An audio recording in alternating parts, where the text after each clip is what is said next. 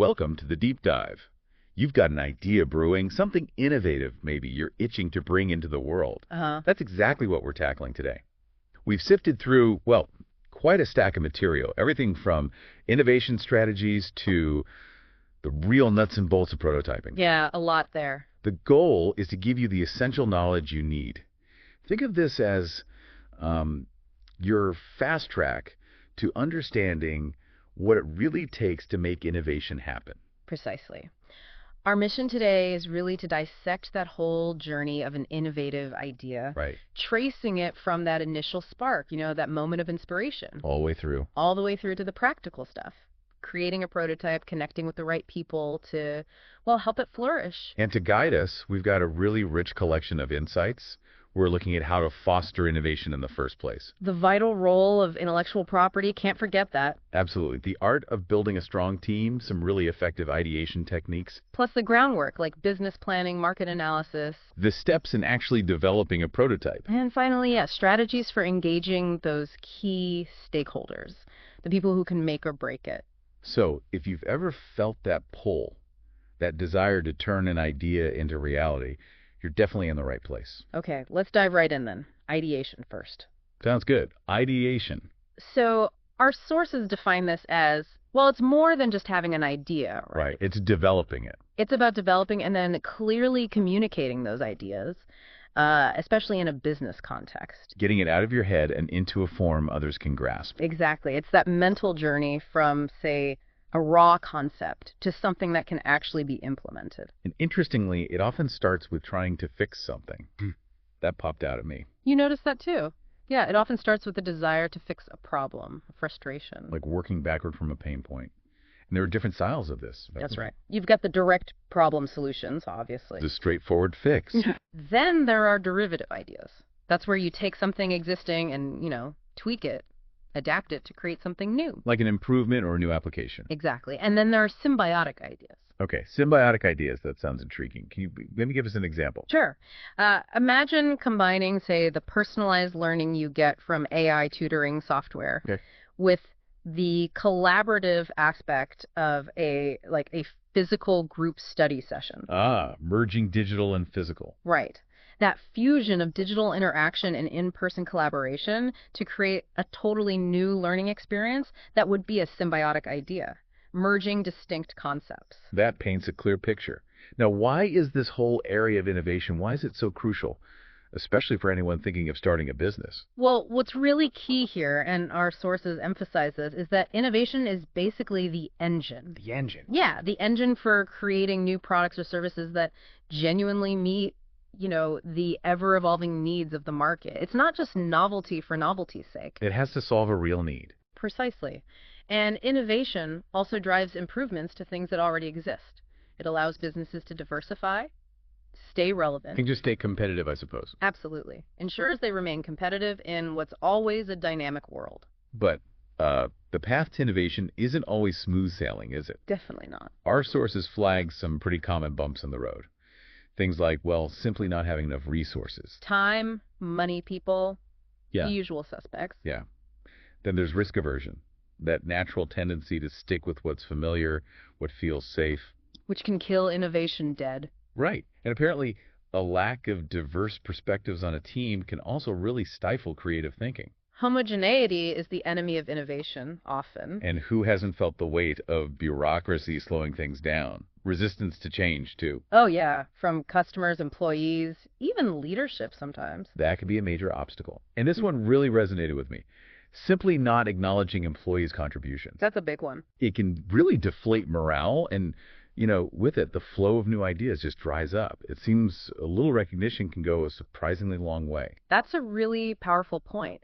If people feel valued, they're more likely to contribute. And that ties into the bigger picture, really, this idea of innovation frameworks. Frameworks, like a playbook. Kind of.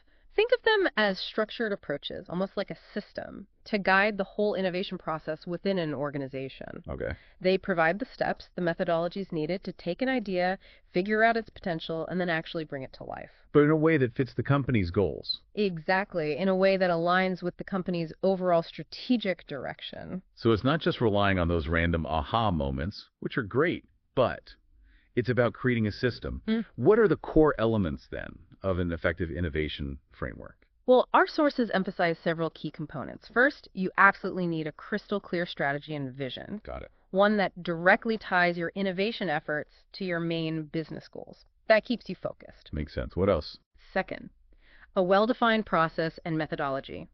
That means outlining the stages from idea generation through development, prototyping, testing, and finally, implementation. Structure. It brings structure, yeah, and allows you to scale your innovation efforts. Third, a supportive culture and strong leadership. Culture is huge. Absolutely. Leaders who champion creativity, encourage, calculated risk-taking, and actively support new ideas. That's paramount. And the last piece. And finally, you just need the necessary resources and capabilities. That means financial investment, the right tech, and crucially, a team with the skills and talent to actually execute those innovative concepts. It sounds like building an entire supportive ecosystem around innovation. Not just one thing. That's a great way to put it, an ecosystem. And speaking of different approaches, our sources mention various types of innovation frameworks. Can you give us a quick overview, maybe with an example of where each might be particularly useful? Absolutely. So first, we have incremental frameworks. These focus on those small, continuous improvements to existing products or processes. Like software updates, version 1.1, 1.2. Exactly. Think of a software company constantly releasing slightly better versions. Then there are disruptive frameworks. The big game changers. Right. Aimed at creating completely new products or services that can fundamentally change existing markets or even create entirely new ones. Like ride-sharing apps shaking up the taxi industry. Perfect example. Then there's open innovation frameworks. These emphasize collaboration with external partners. Looking outside the company walls. Yes. Customers, suppliers, startups, even universities, tapping into a wider pool of ideas to accelerate innovation. A pharma company partnering with a university lab, maybe. Gotcha. And the last one. And finally, design thinking. This is a very user-centric framework. All about the user. Totally. It puts a strong emphasis on deeply understanding the needs and experiences of end users through empathy, ideation, and lots of iterative prototyping, often used for developing new consumer products. That's a really helpful way to categorize them.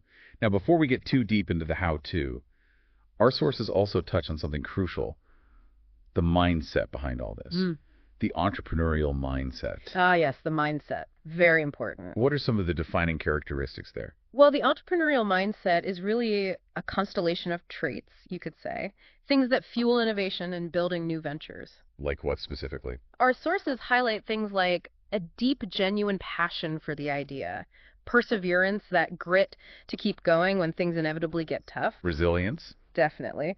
Flexibility, being able to adapt when plans need to change.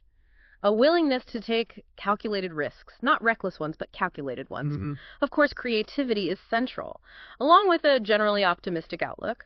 Authenticity, being true to your values and vision. Staying genuine. And crucially, being solution-oriented. Seeing problems not as dead ends, but as opportunities to find innovative answers. Sounds like a pretty resilient and driven bunch. Okay, so someone has this potentially groundbreaking idea. They've hopefully got some of that mindset. What are some of those initial practical steps they need to take to actually start a business and bring that innovation to life in the real world? Right, the practicalities. Well, there are several foundational steps. First, you'll need to decide on the right legal structure for your business. Sole trader, partnership, company, that sort of thing. Exactly. Sole proprietorship for simplicity, maybe a partnership if you're collaborating, or a more formal structure like an LLC or a corporation for liability protection. Okay, structure first. Then you'll need to register your chosen business name. Make it official.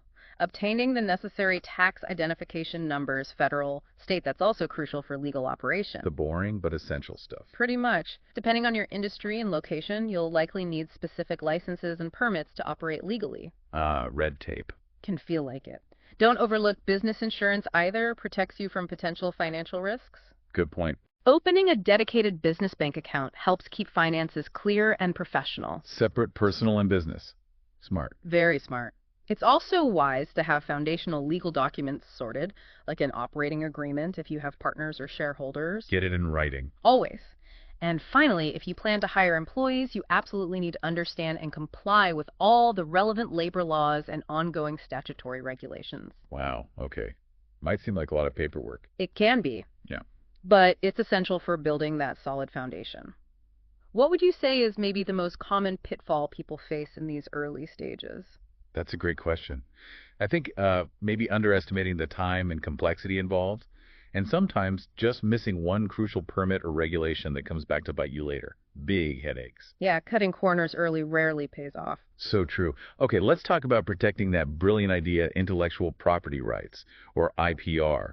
What exactly does that encompass in this context? We hear the term a lot. Think of intellectual property, or IP, as the valuable and tangible creations of your mind. Intangible, like not physical things. Exactly. Things like inventions, designs, brand names, artistic works. The key is that these can be legally protected, Giving you rights. giving you certain exclusive rights, and, importantly, preventing others from using them without your permission. Okay, so it's like having legal ownership over your innovative creations. What are the main types of these protections that our sources highlight? There are 4 primary types of IPR that are particularly relevant for innovators. First, we have patents. Patents for inventions? Right. A patent is a legal right granted by the government that protects an invention for a specific period. It gives you the exclusive right to make, use, and sell that invention. But there's a catch. Well, one important aspect is you typically need to publicly disclose technical details about your invention as part of the application. Ah, so you tell the world how it works. In exchange for the protection. Second are trademarks. Logos, brand names. Exactly. Distinctive signs, designs, phrases that identify and distinguish your goods or services from others. Think logos, brand names. Protection usually comes through official registration. Okay. Third is copyright. This provides legal rights to creators of original works of authorship. Like books, music, software code. Literary, dramatic, musical, artistic works, yeah. Copyright protects the specific way an idea is expressed, not the underlying idea itself. That's a key distinction. Right, the expression, not the concept. And the last one.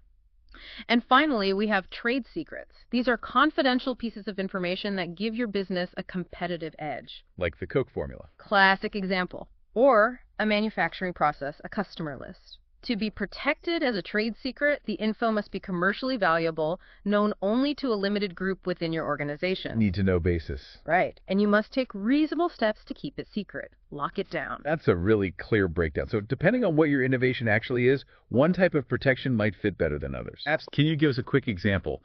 Maybe where the choice between, say, a patent and a trade secret might be really critical. Okay, yeah.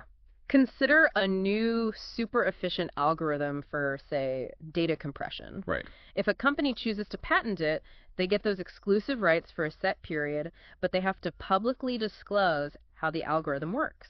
Laying it all out there. Which could potentially allow competitors to study it and maybe develop alternative, non-infringing solutions once the patent expires. Okay. Alternatively, they could choose to keep the algorithm as a trade secret. Keep it locked up. Offers potentially indefinite protection as long as the secret is maintained. But it's vulnerable if someone independently discovers it or reverse engineers it. Ah, so if it's easy to figure out, maybe patenting is better. It depends. The decision hinges on factors like how easily it can be reverse engineered and how confident the company is in its ability to maintain strict secrecy. It's a strategic call. That really highlights the strategic thinking involved. It's not just paperwork. Beyond these specific types, are there any overarching strategies for protecting your IP?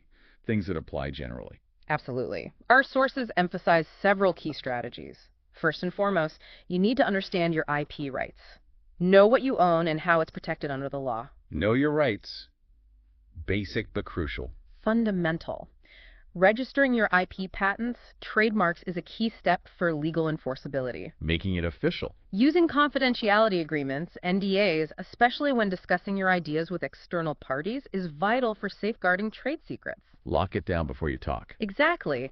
Clearly marking your IP with the right symbols can act as a deterrent. Little symbols, big meaning. In today's world, securing your digital assets against cyber threats is increasingly vital too. Protect your digital IP. Good point. Conducting regular IP audits helps you identify and manage your IP portfolio effectively.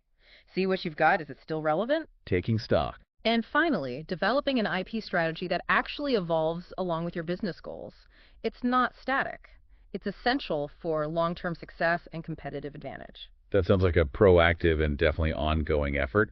Now, why is all this IP protection so important when it comes to, say, attracting investors or just staying ahead of the competition? Well, IPR plays a really vital role in both.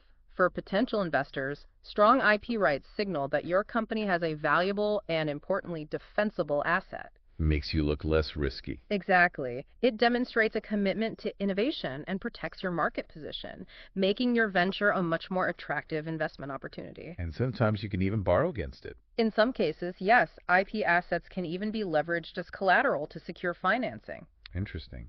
And competitively. More broadly, IPR provides that crucial competitive advantage by preventing others from directly copying your innovations. Patents protect unique functionality. Trademarks build the brand. Prevent customer confusion, yeah. Mm-hmm. Copyrights safeguard your creative works.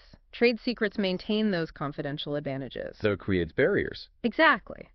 By strategically leveraging your IP, you can capitalize on market trends, generate revenue through licensing maybe, and create significant barriers to entry for potential competitors. It's a fundamental building block for a sustainable, successful business. So it's really much more than just a legal formality. It's baked into your core business strategy.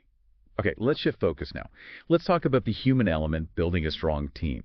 Why is having the right team so absolutely fundamental to bringing an innovation to life? Oh, our sources are incredibly clear on this point. A high-performing team is, well, it's the bedrock of successful innovation. Foundation. Totally. It fosters improved communication, which is essential for coordinating complex projects, keeping everyone on the same page. Avoid silos. Right. A strong team leads to increased productivity, efficiency, allows you to execute your vision effectively. Gets things done. It significantly boosts morale and job satisfaction, too. Creates a more engaged, motivated workforce. Happy teams innovate more. There's definitely a strong link. Teamwork builds trust, and crucially, psychological safety among members. Psychological safety. Meaning people feel safe to speak up, share ideas, even disagree without fear of negative consequences. That encourages open communication and sharing. Vital for creativity. Absolutely. It fosters creativity and learning as individuals with diverse skills and perspectives collaborate and learn from each other. Different viewpoints are key. And ultimately, it results in better problem-solving capabilities, bringing together different ways of thinking and expertise to tackle challenges. Makes sense. And beyond all that, a strong team is instrumental in reinforcing and upholding the company's core culture and values. They live the brand. Those are some incredibly compelling reasons. So what are the key elements then? What contributes to making a team truly strong and effective? Well, it really starts with carefully selecting the right people. Getting the right folks on the bus. Exactly. Individuals who not only have the necessary skills and expertise, but also bring the right attitude and work ethic. A shared sense of commitment from every team member is absolutely essential. Everyone pulling in the same direction. Along with a set of common values that align the team's purpose and guide how they interact. Strong cooperation, the ability to work together seamlessly, that's non-negotiable. Okay. The capacity to manage conflicts constructively is also vital. Disagreements happen, how you handle them matters. Healthy conflict. Right. Finding mutually agreeable solutions maintains harmony and productivity. And finally, clearly defined objectives. A shared understanding of the team's goals ensures everyone is working towards the same outcomes. So it's not just about assembling a group of talented individuals. It's about creating a truly cohesive unit with a shared purpose. How do you actually go about identifying the right roles within that team to maximize its effectiveness? Our sources suggest a pretty thoughtful approach. It begins with a clear understanding of the project requirements, what needs doing, and the specific skills needed to achieve those goals. Matching skills to tasks. Then it's about carefully assessing the individual strengths, talents, and areas of expertise of each team member. Who's good at what? Play to their strengths. Exactly. Roles should be assigned in a way that aligns these individual strengths with the project needs. That usually leads to increased productivity and job satisfaction, too. People like doing what they're good at. Generally, yes. It's also important to have clearly defined responsibilities for each role. No ambiguity, and to revisit and adjust these roles periodically. Why periodically? As the project evolves or as the organization grows and changes, the needs might shift. Roles shouldn't be set in stone forever. Makes sense. Yeah. Are there any specific examples of, typical team roles that you often find in a successful, well-balanced team? Yes. Our sources provide some helpful examples, some common archetypes. You might have strong leader. Obvious one. Provides clear direction, keeps people engaged, manages tasks and timelines effectively. Then, maybe a challenger. The one who asks the tough questions. Exactly. Isn't afraid to question assumptions, pushes for better results. A shaper, someone who thrives under pressure, has the drive to overcome obstacles. You get things moving. A team worker, particularly adept at fostering cooperation, maintaining positive relationships within the group. The glue, sometimes. Keeps everyone happy. A monitor evaluator brings a strategic, analytical perspective, offers objective judgments, ensures sound decision-making. The critical thinker. And finally, an implementer, practical, reliable, skilled at turning ideas and plans into tangible actions. A doer. The key is really to have a diverse range of these roles represented. Not everyone can be a shaper, and not everyone can be a team worker. You need that balance to create a well-rounded and effective team. That's a really useful framework to think about team composition. What about the actual skills and maybe personal qualities that contribute to a strong collaborative team environment? Beyond the roles. Right. Beyond the roles, there are essential skill sets that every effective team member should ideally possess. Strong communication skills, obviously verbal, written, foundational. Can't function without it. Active listening. Truly paying attention and understanding what others are saying. Crucial for collaboration. Not just waiting to talk. Precisely. The ability to resolve disagreements and conflicts constructively vital for a positive team dynamic. Handling friction well. Leadership skills, even if you're not in a formal leadership role, help guide and motivate colleagues.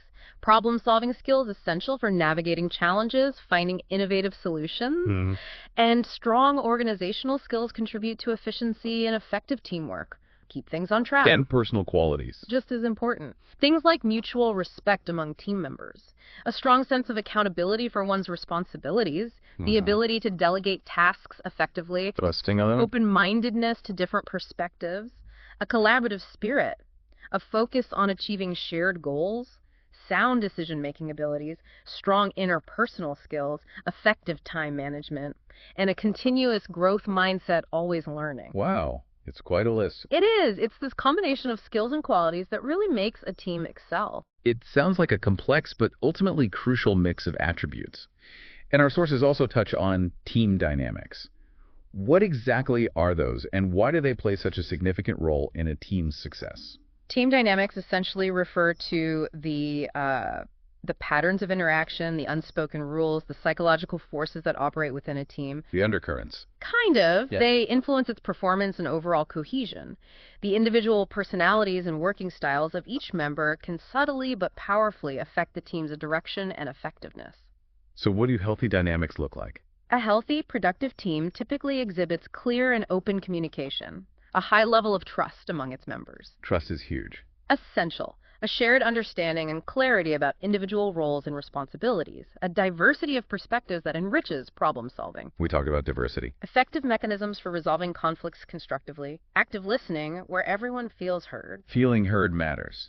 Psychological safety, as we mentioned, feeling comfortable taking risks, voicing dissent without fear, a shared sense that the work being done is meaningful and impactful. Purpose. Dependability among team members, everyone can rely on each other, and a clear structure with well-defined goals and processes. All these elements contribute to strong team dynamics and ultimately to the team's success. Okay, so a lot more goes into building a truly effective team than just, putting talented individuals together in a room. Now let's shift back to where it all begins, those initial sparks of innovation. How do you actually go about systematically identifying the underlying problems, the unmet needs that can lead to those breakthrough ideas? Right, finding the starting point. Our sources outline a range of valuable methods for identifying those pain points and developing clear, well-defined problem statements. Like what kind of methods? Well, one fundamental approach is just direct observation, carefully watching and noting inefficiencies, frustrations, or unmet needs in real-world situations. Just watching people struggle. Sometimes, yes. Analyzing existing data is another key one. Sales figures, customer support logs, website analytics. Patterns often emerge. The data tells the story. It often does. Conducting various forms of research is another key strategy. Direct user research, talking to users. Contextual inquiry, watching users in their natural environment. Seeing how they actually work. User journey mapping, visualizing their interactions. And even simply listening attentively to customer feedback, analyzing product reviews. Mining the feedback. Creating detailed user personas, those fictional representations of your ideal customers, helps you deeply empathize with their needs and motivations. Putting a face to the user. Then don't overlook your own employees. They're often closest to the day-to-day challenges and have incredible insights. Good point. Talk to the front line. That's a comprehensive set of approaches for uncovering problems.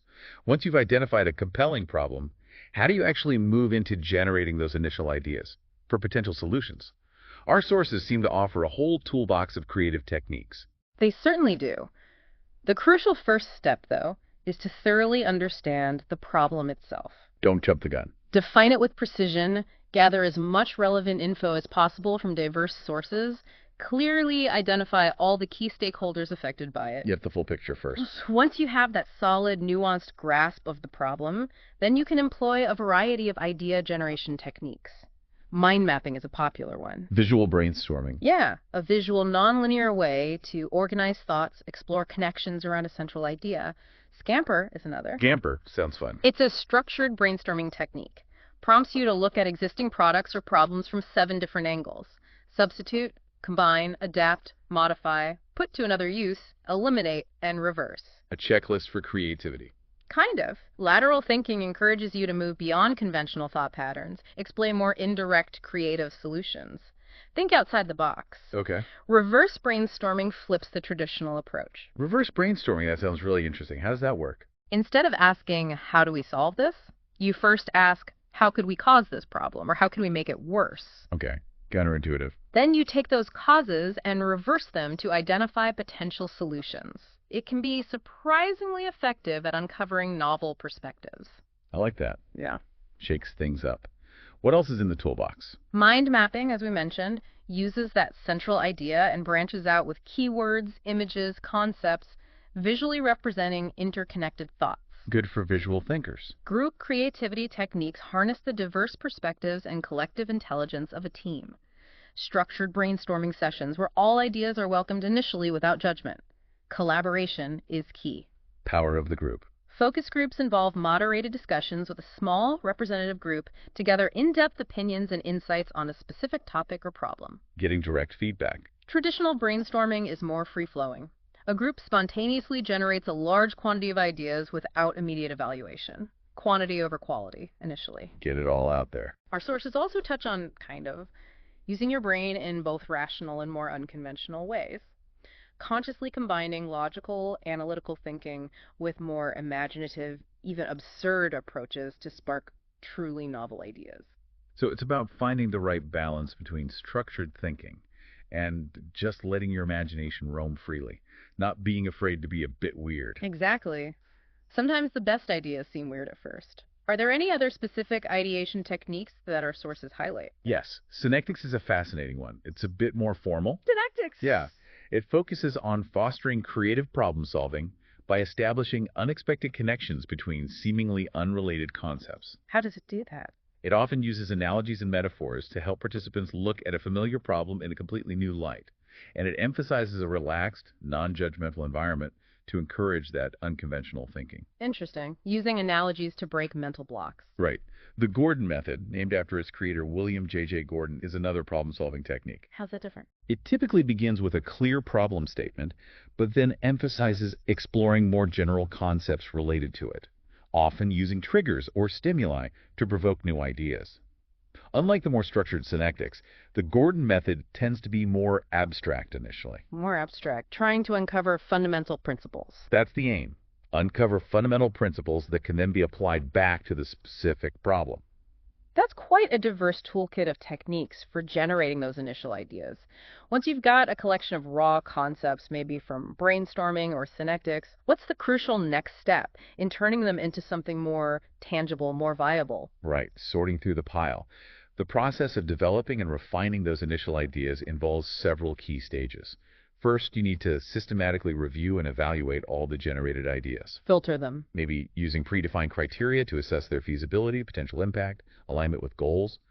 Then it's absolutely crucial to conduct thorough research. Due diligence. Understand the existing landscape. What solutions already exist? What are the potential market needs? What are the competitive factors? Know what you're up against. Collaboration is paramount at this stage. Involve relevant stakeholders, team members, potential customers, advisors maybe. Get different perspectives. Gather diverse perspectives, address a wide range of needs and concerns. Be prepared to iterate and modify your initial ideas based on the insights you gain from research and feedback. Don't fall in love with your first idea. Good advice. And finally, it's time to move toward making your idea more concrete. Develop a detailed business plan outlining your strategy. The roadmap. And create an early-stage prototype, a preliminary version of your product or service. Could be as simple as a sketch, a wireframe, or a basic functional model. Make it tangible. Okay, so you've got a promising idea, you've taken steps to protect it, you've built a capable team, and you've started to refine your concept. Now, how do you actually take that innovation and bring it to life? In the real world, what are the key strategies involved in making that leap from idea to reality? Right, the execution phase. Our sources emphasize several important strategies for effectively bringing innovation to life. First, it's essential to clearly define your objectives for the innovation initiative. What are you trying to achieve? And ensure these objectives are tightly aligned with your company's overarching strategic goals. This alignment provides focus, helps with resource allocation. Keeps you on track. Fostering strong cross-departmental collaboration is crucial. Bring in diverse perspectives, expertise from different parts of the organization. Break down those silos. Get everyone involved. It's important to make the innovation tangible and practical. Create prototypes.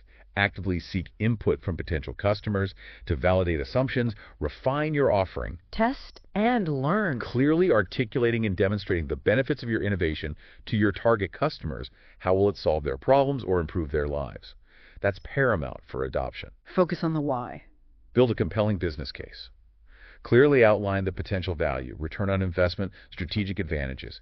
It's essential for getting internal buy-in and resources. Show them the money or the value. Allocate the necessary resources, time, budget to support the innovation process. Don't starve it. Resource it properly. Don't hesitate to explore potential external partnerships to co-develop your idea, especially if it involves complex tech or requires access to specific markets. Don't have to do it all alone. And perhaps most importantly, you need to actively cultivate buy-in and a sense of ownership among your leadership team. Get the bosses on board. They need to champion the innovation, provide the necessary support for its success. Gaining that leadership support does sound absolutely critical for navigating the inevitable challenges. Without it, it's an uphill battle. Our sources also introduce the problem and solution canvas as a valuable tool for this preparatory stage. What exactly is that all about, and how does it help? The problem and solution canvas is a strategic framework. It's designed to help you rigorously prepare by forcing you to deeply examine the problem you're aiming to solve and the solution you're proposing. A structured thinking tool. Yeah. It places a strong emphasis on maintaining an open mind, being receptive to change, truly understanding the customer and their context. Customer first. And on asking fundamental questions like, whose problem are we really solving? What's the underlying need for a change from the current situation? Why is this situation actually a significant problem for them? Probing questions. And it serves as a valuable reminder to avoid prematurely jumping to assumptions about the perfect solution before fully understanding the problem and the customer. So it's a structured way to really think through the fundamentals before you get too far down the path of development. Makes sense. What are the specific components or key sections of this problem and solution canvas? The canvas is typically divided into several interconnected sections. First, there's the customer state fit. Customer state fit. Yeah. It prompts you to define your target customer profile in detail, understand the limitations or frustrations they experience when the problem arises. Their current reality. Identify any existing solutions they might be using, and critically evaluate the pros and cons of those current alternatives. What are they doing now? Okay. What's next? Then there's the problem behavior fit. This focuses on clearly articulating the specific problem you're addressing, how often it occurs for your customer. Frequency matters. What its root causes are, and what actions your customer currently takes in response to the problem. What do they do about it? Their current coping mechanisms. Then, the communication channel fit. This delves into the triggers that prompt the customer to seek a solution. What makes them act? the emotional states they experience before and after the problem is resolved, and the typical channels online, offline, where this behavior takes place. Where do they look for answers? Where do you reach them? And finally, the problem-solution fit. This is where you clearly describe your proposed solution and explicitly explain its relevance, how it directly addresses the identified customer problem and their current situation. Tying it all together, it sounds like a really holistic and definitely customer-centric approach to laying the groundwork for innovation. And it mentions customer needs assessment. What are the practical ways you go about systematically understanding what your potential customers truly need and want? Right, assessing those needs. Our sources suggest several effective methods. Direct observation, as we mentioned before, observing potential customers in their natural environment, Fly on the wall. can yield invaluable insights into unarticulated needs, pain points. Conducting in-depth interviews allows you to have direct conversations, explore their experiences, frustrations, desires in detail. Just ask them. And using surveys can help gather quantitative data, broader feedback from a larger group, identify trends, validate qualitative findings. Mixed methods. Once you have a better understanding of those needs, you can't realistically expect to cater to everyone in the same way, right? That leads us to the concept of market segmentation. What exactly is that, and why is it such an important part of bringing innovation to market successfully? Exactly. One size rarely fits all. Market segmentation is a strategic marketing approach. You divide a broad target market consumers or businesses into smaller, more homogeneous groups or segments. Grouping similar people together. Customers who share similar characteristics, needs, or behaviors. The fundamental goal is to identify and then strategically target the most attractive, potentially profitable segments. Focus your efforts. With tailored marketing strategies and product offerings. Move away from a generic, one-size-fits-all approach and customize your products, services, communications to better resonate with the specific needs and preferences of your chosen audience. That makes perfect sense, focusing your efforts where they'll have the greatest impact. What are some of the key benefits businesses can realize by effectively implementing market segmentation? Our sources highlight several significant advantages.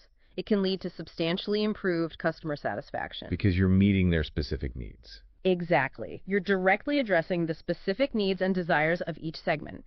It often results in better overall business performance, increased sales, customer loyalty. Makes sense. Customers within a well-defined segment are more likely to perceive your brand and offerings as highly relevant to them.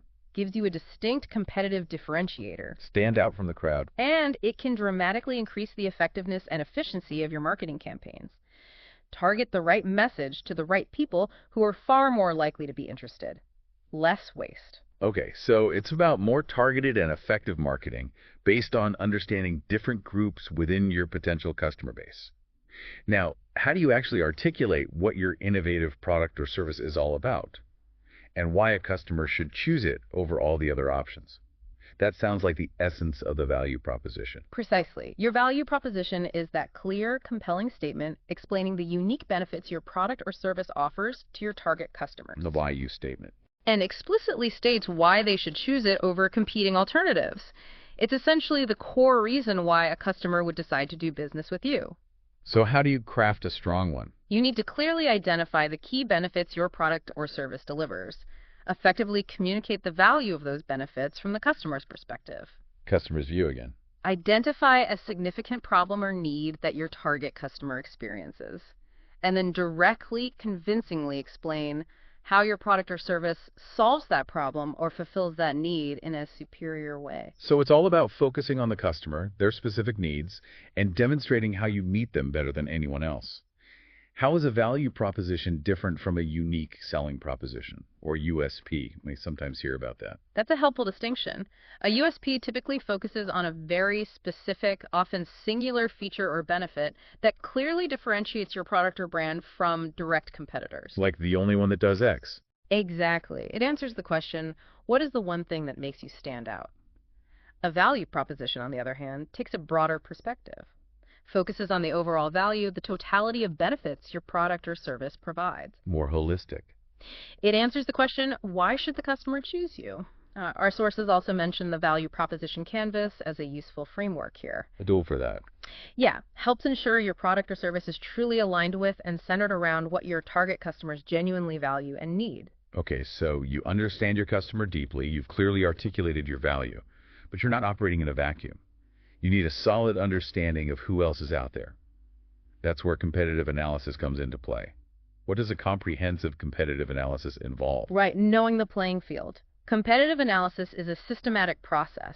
Yeah. Identifying, researching, and evaluating your existing and potential competitors. Digging into the rivals. It involves thoroughly examining their marketing strategies, their value propositions, their underlying business structures, pricing models, distribution channels, overall brand identities. The whole shebang. The primary objective is to gain a significant competitive advantage.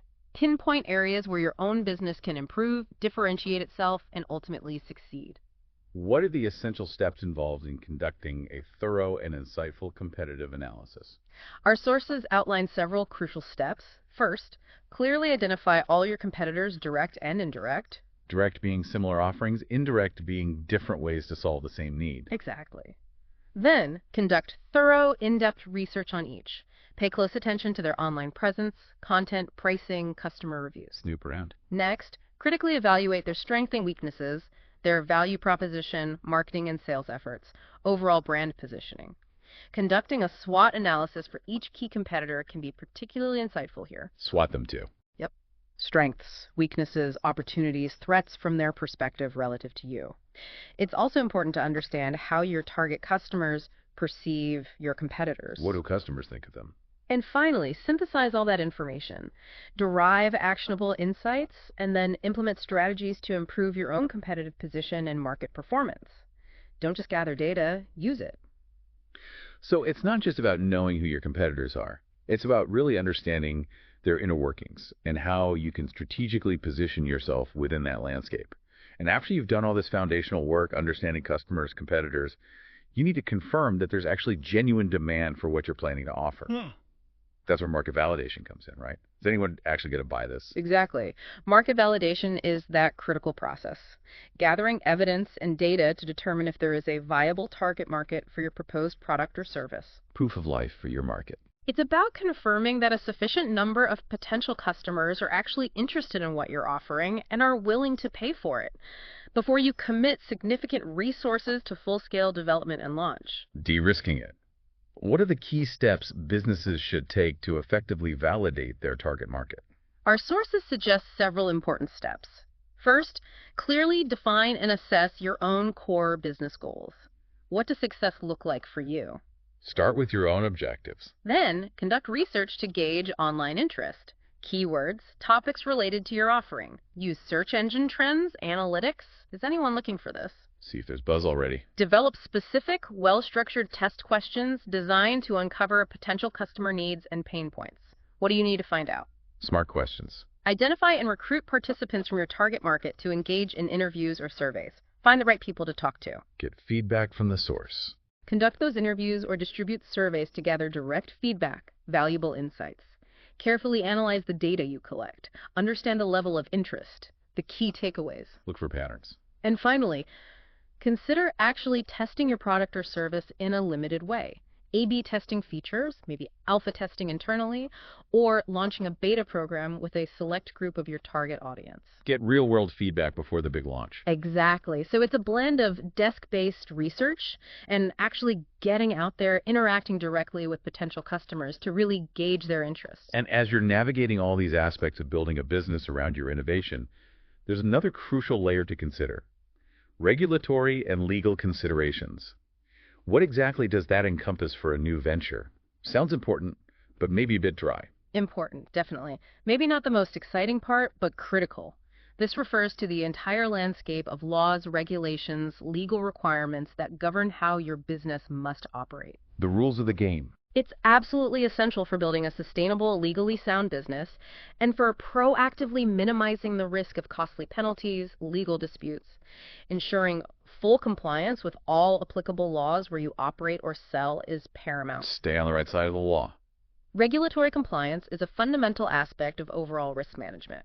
Helps you operate safely, ethically, responsibly. Think data privacy laws, environmental regulations, things like that. It's crucial to familiarize yourself with key legal concepts, business structures we discussed earlier, IP rights, contracts, general business compliance. But know the basics. And be aware of the authority and enforcement capabilities of regulatory bodies in your regions. Non-compliance can lead to inspections, fines, other significant repercussions. Ignorance is no excuse. Sounds like a really critical area where it pays to be well-informed or get good advice from the outset. Let's dive deeper into understanding your customers again. Our sources mention customer profiling or persona mapping.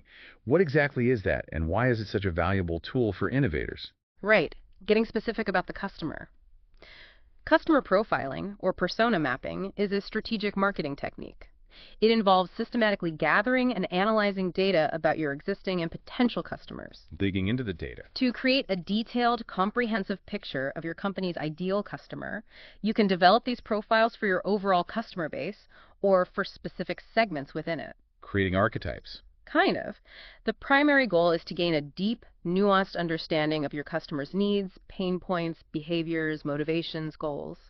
This detailed understanding then informs various aspects of your business: product development, marketing, customer service, sales, everything. So it's about moving beyond just basic demographics, age, location, and creating a really vivid, relatable representation of who your customer is. What are the key benefits businesses can gain from engaging in thorough customer profiling?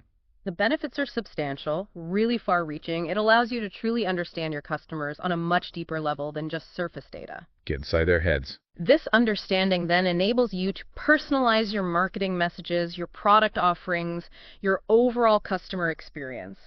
Make them far more relevant and impactful to the right people. Personalization. It can also significantly improve your customer service efforts, help you anticipate customer needs, understand how they interact with your product. Better service. Furthermore, detailed customer profiles inform the development of more effective, targeted business strategies, allow you to segment your clientele based on various factors, industry challenges, purchasing behaviors. Smarter strategy. In retail settings, it can even aid in more efficient inventory management, knowing who buys what. Ultimately, well-crafted customer profiles contribute to creating more personalized, satisfying experiences for your customers, fosters loyalty, drives business growth. So how do you actually go about creating these detailed customer profiles? What are the typical steps involved in the process? The process often begins by reviewing your customer journey map. Gain a holistic understanding of their interactions with your brand, their needs at each touch point, any challenges they might encounter. Map the journey first. Then you'll want to gather relevant demographic information: age, gender, location, income, education, employment status. The basics. The who. Crucially, you need to actively collect qualitative customer feedback. Through interviews, surveys, focus groups, gain deeper insights into their motivations, frustrations, aspirations, who they are beyond the data points. But why? Understanding their habits and behaviors is also essential. Purchasing patterns, frequency of use, engagement with your brand. Loyalty program data, targeted surveys can be valuable here. How? Finally, don't forget to analyze your competition and how your customers perceive them. Ensure your own brand stands out effectively. Context matters. And it's vital to remember, customer profiling is not a one-time task. As your business evolves, your customer base might shift, your product lines expand. You need to continually update and refine these profiles with new information and insights. Keep it fresh. That makes sense. It's an ongoing effort to maintain a deep understanding of your customer base. Our sources also mentioned the review of market research. How does that fit into this process of understanding your customer? Seems related. Very related. Market research is that broad, systematic process gathering, analyzing, interpreting information about a target market, the consumers within it, the overall economic trends influencing it. The big picture. It's fundamentally about collecting and analyzing data to understand the viability of a new product or service by directly investigating potential interest and needs of potential customers. Gauging viability. This research helps you define your target market with greater clarity, gather valuable feedback on their potential interest in your offering, and ultimately informs crucial decisions about design, features, pricing, positioning. Feeds into everything. Effective market research typically involves a mix. Primary data collected directly from consumers through surveys, interviews, focus groups, and secondary data information that already exists from external sources like industry reports, government statistics. Reviewing this comprehensive market research is a critical step in building accurate, insightful customer profiles. So market research provides the raw data and broader context that can then feed directly into the development of more detailed, nuanced customer profiles and segments. Makes sense. Speaking of customer segmentation, we touched on it earlier, but can we delve a little deeper into the different key types of customer segmentation that businesses commonly use? Absolutely. Customer segmentation is that practice of dividing your total customer base into distinct groups or segments based on shared characteristics or behaviors. Allows you to tailor efforts. Different ways to slice it. Right. Behavioral segmentation categorizes customers based on their actions and interactions with your brand, purchase history, website visits, email engagement, what they do. Based on behavior. Demographic segmentation, as we discussed, groups customers based on personal attributes, age, gender, income, education, occupation, who they are. The stats. Geographic segmentation divides your market based on where customers are located, relevant for location-specific offerings, where they are. Location, location, location. Psychographic segmentation delves into the psychological aspects, lifestyles, interests, values, attitudes, personality traits, why they buy. The mindset. And in a B2B context, firmographic segmentation categorizes companies based on their characteristics, industry, size, revenue, number of employees, for business customers. The primary aim of all these types is to gain a more granular understanding and maximize customer value through targeted approaches. Right, so various ways to slice and dice your customer base to gain deeper insights, and then you leverage customer profiling types to really flesh out and understand the individuals within those segments. Is that the relationship? Using those types, we mentioned demographic, psychographic. Precisely. Demographic profiling helps understand who they are, basic characteristics. Psychographic profiling helps understand why they make decisions, what motivates them. Behavioral profiling reviews how they interact with your brand, usage patterns, loyalty. And geographic profiling tells you where they are located. By strategically combining these different profiling types, you develop a much richer, more comprehensive, actionable understanding of your various customer segments. And the practical process for creating these detailed customer profiles involves using templates for consistency, clearly identifying their pain points and how your product offers solutions, conducting thorough research, rigorously analyzing the data for insights, and, as we've noted, continually updating those profiles. Keep them alive. Now, our sources also explore persona development. How does this concept differ from customer profiling, which we've just been discussing? Sounds similar. They're closely related but distinct. While customer profiling is largely about analyzing data to identify and understand different customer segments, persona development takes those insights and brings them to life. By creating fictional yet realistic characters that represent the needs, behaviors, and goals of your key target audience segments. Giving the segment a name and a face. Exactly. These personas serve as archetypal customers. Gives you a more human, relatable, tangible way to think about and understand your target users.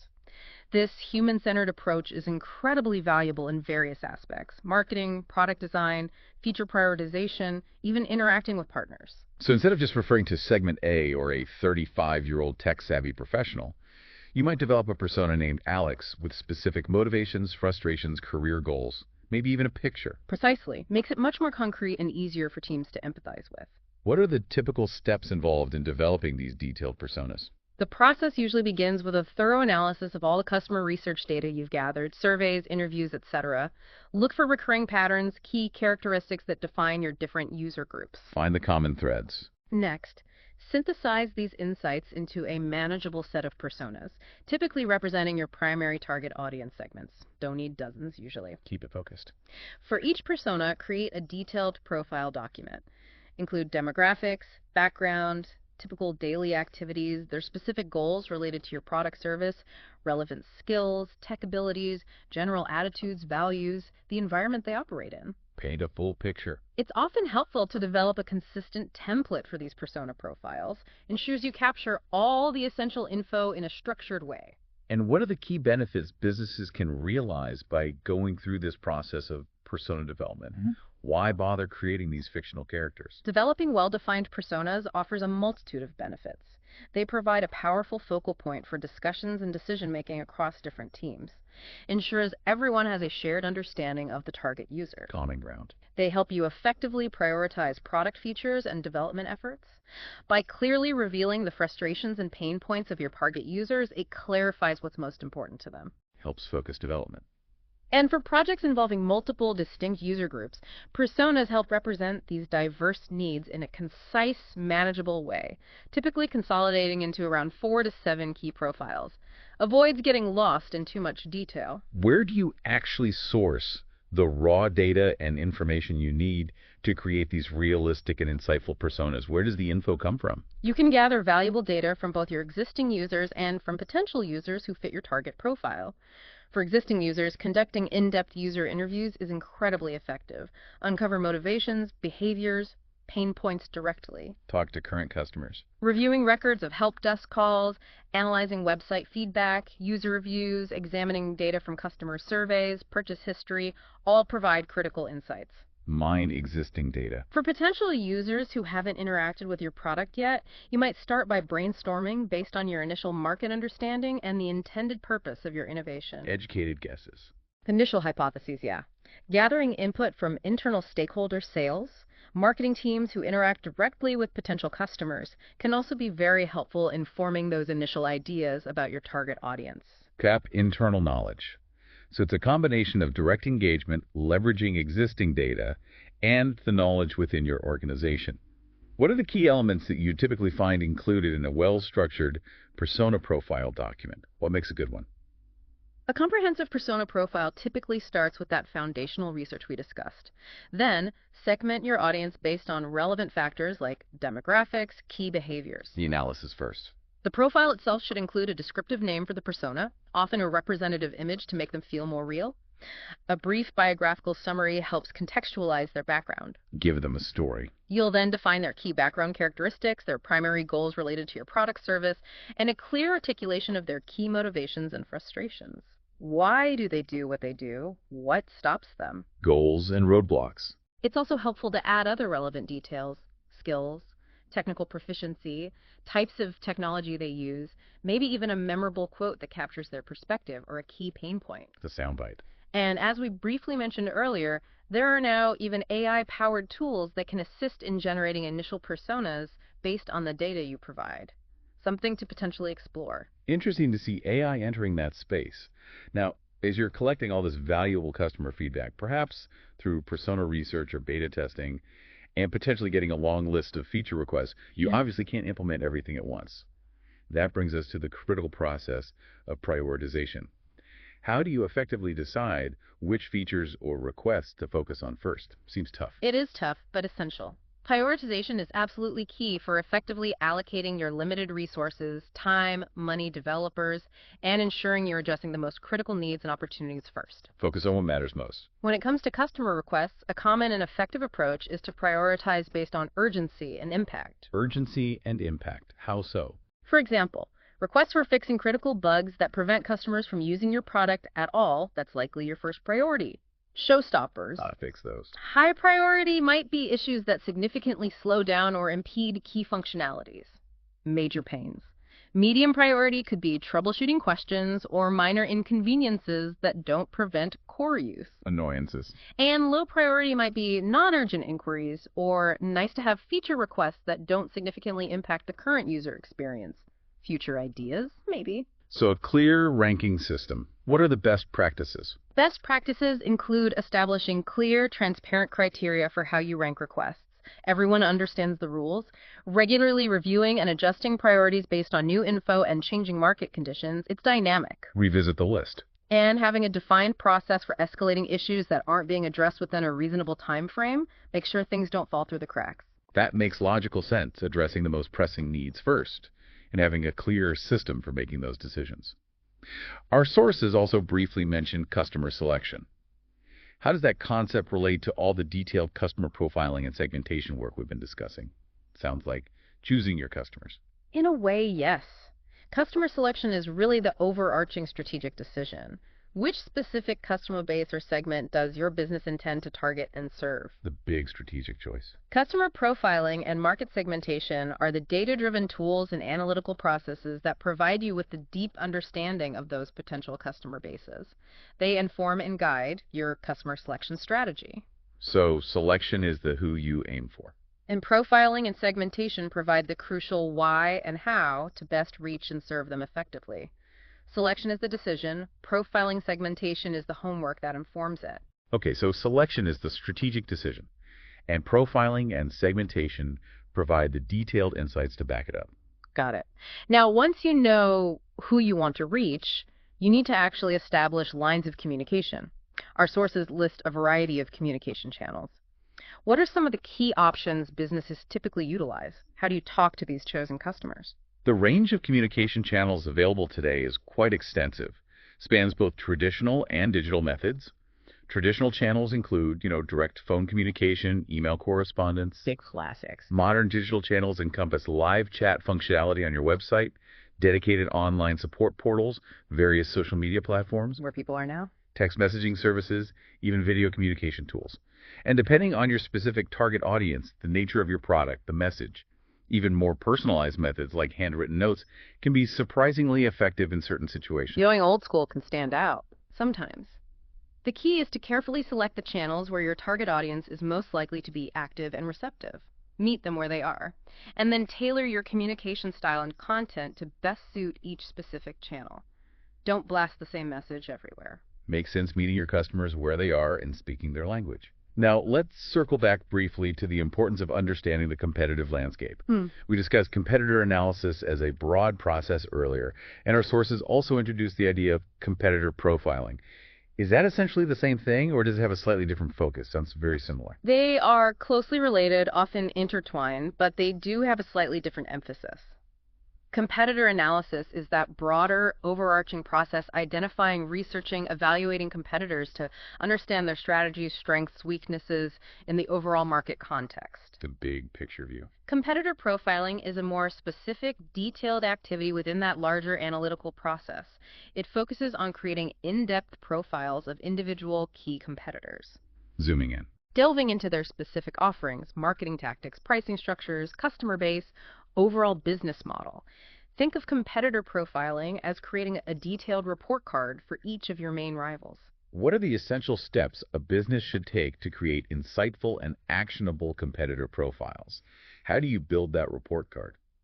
The first critical step is accurately identifying your key competitors. Use various resources, online search, industry reports, customer feedback about alternatives, social media monitoring. Who are they really? Find the players. Once identified, it's helpful to categorize them. Direct, indirect, even potential future competitors helps prioritize. Know who's who.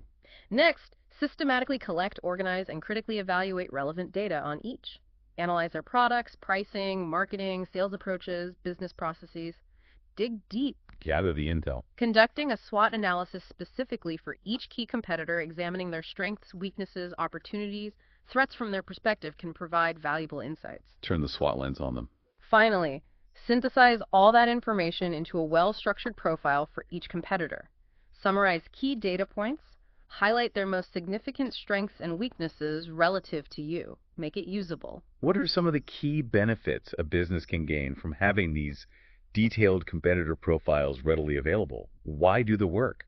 There are several significant advantages. You can learn valuable lessons from both their successes and failures, identify effective strategies, avoid mistakes they've made. Learn from others. It can help uncover new ways to improve your own operations, maybe by adopting best practices or identifying inefficiencies they've successfully addressed. Improve your own game. It allows you to potentially provide better customer service by understanding where competitors might be falling short or what they're doing well in customer experience. Find gaps. Better service. Ultimately, a deep understanding of your competitors contributes to increased sales, improved profitability, by informing your strategic decisions and helping you differentiate effectively. So it's all about gaining strategic intelligence to enhance your own performance and competitive positioning.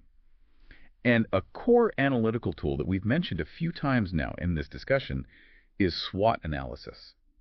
Can you walk us through the typical process of conducting a thorough SWOT analysis, either for your own business or, as you just mentioned, for a competitor? Sure. SWOT analysis is a powerful, widely used strategic planning tool.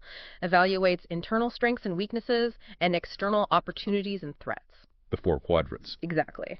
The process generally begins with clearly defining the specific objective of the analysis. What are you trying to achieve or understand with this SWOT? Know your goal. Then, systematically gather relevant information pertaining to each of the 4 SWOT categories. Draw on internal data, external market research. Get the facts. Information gathering. The next step is to actually compile all the ideas and insights within each category. Strengths, internal positives, weaknesses, internal limitations, opportunities, favorable external factors, threats, unfavorable external factors. Brainstorm for each. Fill the boxes. Once you have a comprehensive list, it's crucial to prioritize these ideas based on significance and potential impact. Some strengths are more critical, some threats pose greater risk. Rank them. Not all points are equal. Finally, analyze the relationships between these prioritized factors. Use the insights gained to develop your overall strategic plan or address the specific objective. For instance, leverage strengths to capitalize on opportunities or use strengths to mitigate threats. Connect the dots. What are some of the main benefits businesses can derive from regularly utilizing SWOT analysis as part of their strategic planning process? Why is it so popular? There are several key benefits. It provides a structured framework for making sense of complex situations, organizes a lot of info into manageable categories. Brings clarity. It explicitly forces you to consider both internal factors within your control and external factors outside your direct influence. Broadens perspective. Inside and out. It's an incredibly versatile tool. Can be applied to a wide range of business questions, overall corporate strategy, specific product launch, marketing campaign evaluation. Very flexible. Use it anywhere. It encourages you to leverage different sources of data and perspectives for a more comprehensive view, holistic approach. And perhaps surprisingly, it often has a relatively low preparation cost compared to more complex strategic analysis tools. Accessible. Sounds like a valuable and accessible tool for gaining a clear, structured understanding of your business and its environment. Now, once you understand your own business, strengths, weaknesses, and have analyzed your competitors, you need to figure out your positioning in the marketplace. What does that term really mean in a business context? Where do you fit? Positioning is essentially about how your target customers perceive your brand, your products, or your services in relation to your competitors. It's all about perception. It's about consciously creating a specific image, impression, or identity in the minds of your customers. This perception is influenced by a variety of factors: pricing, perceived quality, customer service level, distribution channels, even packaging design and messaging. Everything communicates something. Effective positioning ensures your target audience understands what makes you different and why you are a relevant choice for them. Finding your spot. So it's about shaping the overall impression you create in the minds of your target customers. Are there different strategic approaches businesses can take when it comes to positioning their brand or products? Different ways to stand out? Yes, our sources mention several common positioning strategies. One is positioning directly against a specific competitor, explicitly highlighting your advantages or superiority in certain areas. Head to head. Or, conversely, positioning your brand distinctly away from competitors, creating a unique identity in a crowded market. Finding clear space. Go where they aren't. Another common strategy focuses on specific attributes or categories of your product, emphasizing your best features, comparing them favorably to other brands, based on tangible characteristics. Feature-based. You can also position based on specific usage occasions or by directly targeting particular types of users, emphasizing when or how your product is best used or highlighting its suitability for a specific customer profile. For these people, or for this time. Makes sense, clearly communicating what makes you different and appealing to your specific target audience. And in today's digital age, customer reviews play a significant role in shaping that customer perception and your overall positioning, don't they? They seem unavoidable now. Absolutely unavoidable and incredibly influential. Customer reviews have become a major form of social proof. What others say matters. Positive reviews significantly build trust and credibility among potential customers, encouraging them to choose you. Conversely, negative reviews raise red flags, deter potential buyers. Huge impact either way. It's therefore crucial for businesses to actively encourage honest customer feedback and diligently monitor and respond to both positive and negative reviews professionally and promptly. Engage with the feedback. Don't ignore the bad ones. Definitely not. Our sources also offer some helpful tips for customers on how to write effective reviews. Be detailed, specific, honest, factual, maintain a civil tone, avoid sharing personal info, and always proofread before submitting. Good advice for reviewers, too. Good advice for both businesses and consumers. Now, another fundamental aspect of your offering is your pricing strategy. How do you go about determining the optimal price for your innovative product or service? That sounds like the realm of pricing analysis. Tricky stuff. Can be very tricky. Pricing analysis is the systematic process of establishing the best possible price point for your product or service. The primary goal is usually maximizing profits and overall shareholder value. Finding the sweet spot. This involves carefully considering a wide range of factors, current consumer and market demand for your offering. What will people pay? Your own underlying business costs and operational expenses. What does it cost you to make deliver? Your overall revenue goals and financial projections. What do you need to earn? And of course, the pricing strategies of your direct competitors. What are they charging? It's a delicate balancing act between ensuring profitability and remaining competitive and attractive to your target customers. So it's a constant balancing act between what you need to earn and what the market is willing to pay, considering competitors. Now, if you truly want to stand out and capture market share with your innovation, you often need a well-defined differentiation strategy. What exactly does that entail for a business? How do you make yourself truly different? A differentiation strategy is a fundamental business approach. You aim to create unique, distinctive products or services that meet specific needs or preferences of your target audience. Unique and valuable. In a way that sets you apart from competitors and provides a significant competitive edge. The core goal is to stand out from the crowd. Identify and effectively fill a gap in the market, or address existing customer needs in a novel, superior way. How do you actually go about developing and implementing a successful differentiation strategy for your innovative offering? Where do you start? It typically begins with gaining a deep understanding of your target customer's current workflows, behaviors, specific pain points back to the customer again. Always starts there. Then prioritize those customer needs that are not currently being adequately met by existing solutions.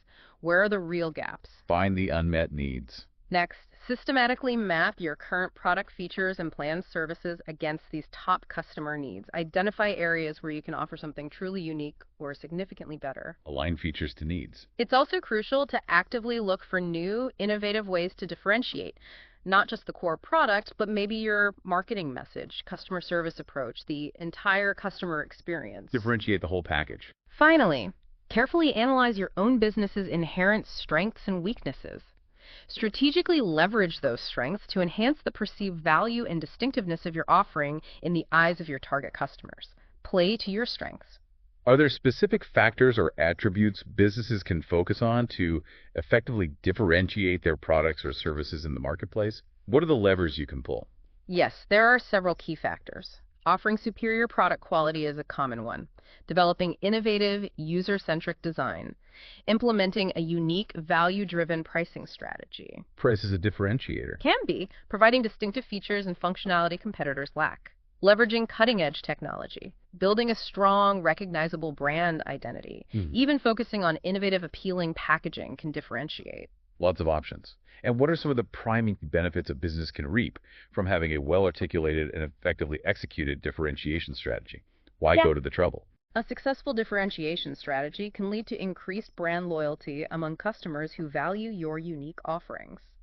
Reduce the intense pressure of price-based competition. Less focus on price wars. Help you attract and retain a dedicated customer base. A broad differentiation strategy in particular offers significant benefits. Less vulnerability to price wars, ability to offer truly unique, highly valued products. Demand at higher prices, maybe. Potentially higher profit margins due to reduced price sensitivity, Stronger consumer brand loyalty. In a situation where customers perceive fewer readily available substitutes for your distinct offering, you become the go-to. That sounds like a really powerful and advantageous position to be in. Now, how do you know if your performance, maybe your quality, your efficiency is where it should be compared to others in your industry? That's where the concept of benchmarking comes in, right? Measuring yourself against the best. Exactly. Benchmarking is a systematic, ongoing process. Measuring your company's performance and practices against industry best practices or the performance of leading competitors. Learning from the leaders. The fundamental goal is to identify areas where your organization can improve efficiency, enhance quality, or boost overall competitiveness by learning from those already achieving high performance levels. What are some of the key benefits businesses can gain from regularly engaging in benchmarking activities? There are several important benefits. Benchmarking helps clearly identify your specific weaknesses by directly comparing your performance metrics and processes to recognized leaders or top competitors. See where you fall short. This identification of weaknesses then provides a clear roadmap for improvement. By adopting best practices and striving to meet or exceed industry benchmarks, you can significantly enhance your overall competitiveness. Raise your game. And it can also motivate your organization to set higher standards for the quality of your products, services, internal processes, drives a culture of continuous improvement. Aim higher. So, it's about learning from the best to elevate your own performance and stay competitive. Now, as you're developing your innovative idea, taking all this market and competitive insight into account, you need a clear roadmap to guide your efforts. That leads us to the crucial topics of business plan preparation and prototype development plan preparation. Why are these two planning processes so essential for bringing an innovation to life? Seems like a lot of planning. It is planning, but essential planning. These two plans serve as your core navigational tools. The business plan provides that comprehensive overview of your entire strategy, taking the innovation to market, building a sustainable, profitable business around it. The big picture strategy. Outlines vision, target market, competitive strategy, financial projections, operational plan. The prototype development plan, on the other hand, has a more specific focus. Just on the prototype. Details all the steps involved in creating, testing, refining your initial working model of the innovation. Both plans are absolutely essential for guiding your actions, securing necessary resources and funding, effectively communicating your vision to stakeholders, and ultimately increasing your chances of success. They force you to think things through. Let's start by focusing on the business plan framework. What is that essentially, and what are the typical key components that a comprehensive business plan usually includes? What goes in it? A business plan framework is essentially a structured guide or template, provides a logical outline for creating a comprehensive, well-organized business plan. A standard structure. While specifics can vary depending on the plan's purpose and the business nature, a typical framework often includes an executive summary right at the beginning. The TLDR. Exactly. A concise overview highlights key aspects of the business opportunity. Following this, typically a detailed company description structure, mission statement, core values. Who are you? The basics. A thorough market analysis, as we've discussed extensively, is crucial. Demonstrates your understanding of the industry. Target customer. Show you've done your homework. Market section. You'll also need a section on organization and management company structure. Key team members. Who's running the show? The team. A clear, compelling product or service description is essential. Explains what you offer, its unique benefits. What are you selling? The offering. A comprehensive marketing and sales strategy outlines how you plan to reach, acquire, retain target customers. How will you sell it? Go to market. An operations plan describes how the business will function day to day to deliver the product service. How will you run it? Operations. Detailed financial projections, income statements, balance sheets, cash flow statements are essential. Demonstrates financial viability, potential, show the numbers. Financials. Critical. And finally, a section on risk management. Identifies potential challenges, outlines mitigation strategies, what could go wrong. The risks. So it's a really comprehensive document covering all the critical facets of your business. Our sources also briefly mention different strategic planning models. How do these broader strategic models relate to the more specific task of creating a business plan? Are they different? They're related, but operate at a higher level. Strategic planning models provide various overarching approaches and frameworks for developing the high-level strategies that will ultimately inform the detailed content of your business plan. They feed into the business plan. Exactly. They help you think strategically about your long-term goals and how you intend to achieve them. Our sources touch on several different models, each with its own focus and best use scenarios. Can you give a quick flavor? Sure. A basic strategic planning model involves setting clear goals, developing detailed action plans. Pretty straightforward. Yeah. An issues-based model centers on identifying, proactively addressing the most significant challenges facing the organization. Problem-focused. An alignment model emphasizes ensuring all parts of the organization, structure, processes, culture work cohesively towards the same strategic goals, getting everyone aligned. A scenario planning model involves envisioning different potential future scenarios and developing corresponding strategies to respond effectively to each. What if? Planning for uncertainty. A self-organizing model relies on shared values, open communication, collective intelligence to adapt and evolve, more bottom-up. A real-time strategic planning model is designed for highly dynamic, rapidly changing environments, emphasizes agility, responsiveness, adapting on the fly. For fast-moving markets. And finally, an inspirational model aims to articulate a compelling vision, energize the entire team around the organization's aspirations. Vision-led. The most appropriate model depends on your industry, culture, level of uncertainty. That's a helpful overview of different strategic lenses you can apply. Now, a core component we've repeatedly emphasized as vital for any business plan is market analysis. We've discussed market validation, customer segmentation. But what else does a comprehensive market analysis typically entail when you're preparing your business plan for an innovative venture? What's the full scope? Right. The market analysis section in the business plan needs to be thorough. It's an in-depth assessment of your specific target market and the broader competitive landscape. Absolutely crucial for making well-informed decisions and demonstrating to investors you understand the environment. Show you know the territory. The benefits of a strong market analysis are numerous, far-reaching.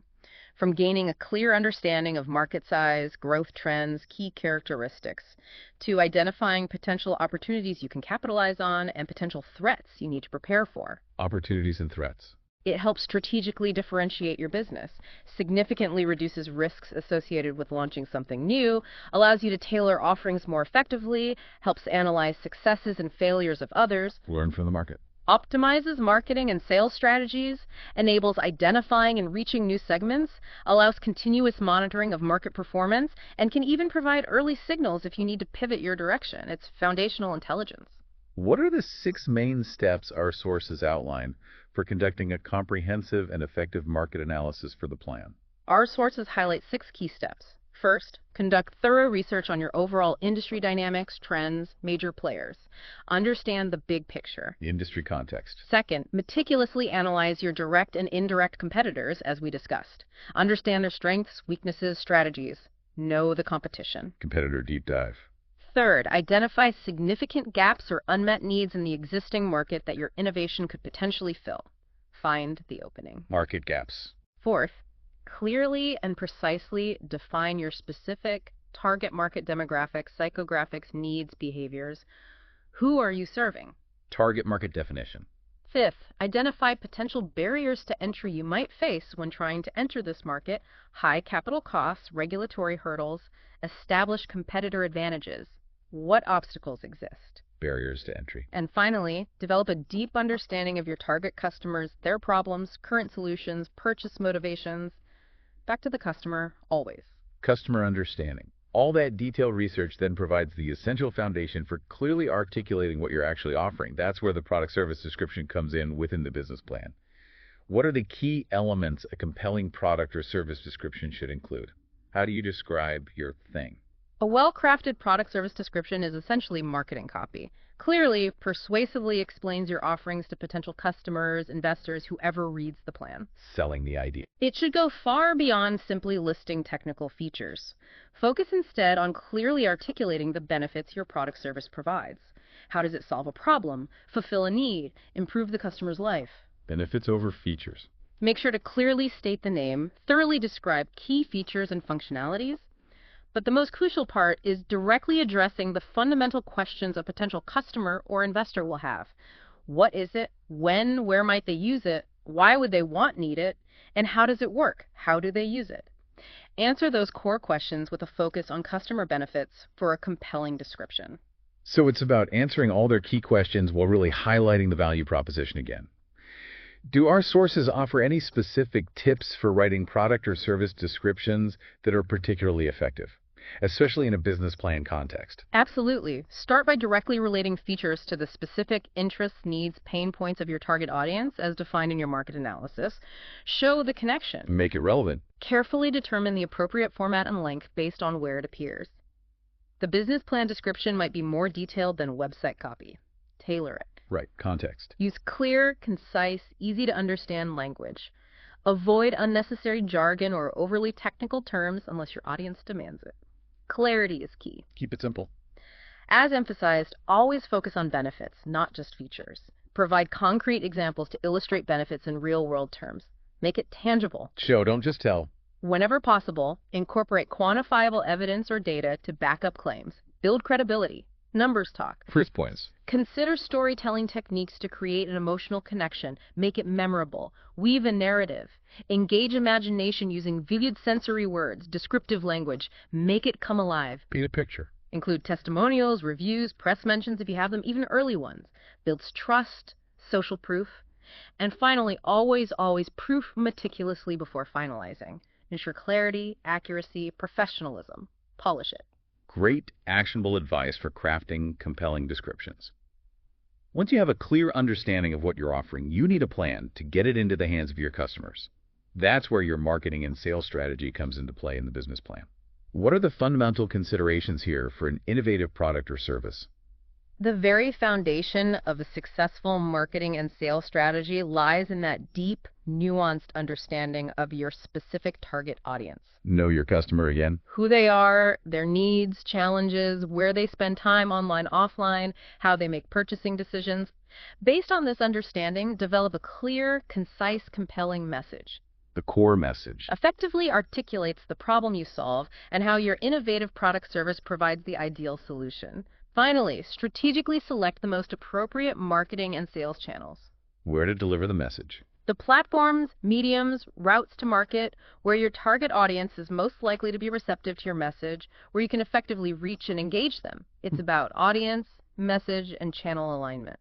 So it's all about deeply knowing your audience, crafting the right message that resonates, and then reaching them through the channels they actually use. Now, behind the scenes, to make all of this happen, product delivery, marketing, sales, you need a solid plan for how your business will actually operate day to day. That's where the operations plan comes in. What kind of information and details does a comprehensive operations plan typically include in the business plan? Right, the engine room plan. A well-defined operations plan is a detailed blueprint.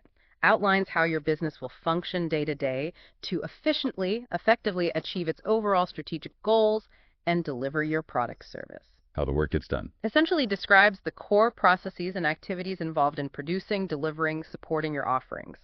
What are the key elements you would typically find included in a comprehensive operations plan? What's inside it? A thorough operations plan typically includes clearly articulated goals and key performance indicators, KPIs for operations. How will you measure success? Operational metrics. It establishes a realistic timeline for achieving goals, outlines key milestones. When will things happen? A detailed financial summary specifies resource allocation for operations. What will it cost to run? Operational budget. If relevant, a comprehensive hiring plan for operational staff. Who do you need?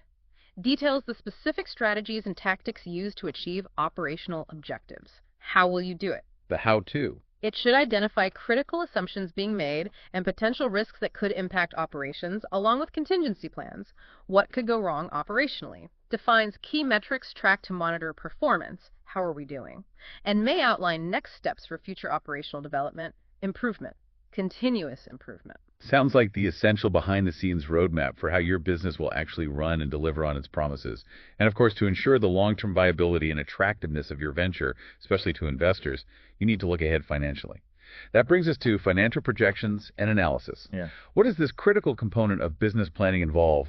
The numbers section. Critical is right. Financial projections involve forecasting your company's future financial performance over a specific period, usually 3 to 5 years in a business plan. Crystal ball gazing. Educated crystal ball gazing. This typically includes creating 3 primary financial statements: the income statement, or P&L projecting revenues, expenses, resulting profit loss over time. Profitability forecast. The balance sheet, a snapshot of assets, liabilities, equity at specific points in time, shows net worth. Financial health snapshot. And the cash flow projection, forecasting the movement of cash in and out of the business. Hugely important for startups. Will you have enough cash? Cash is king.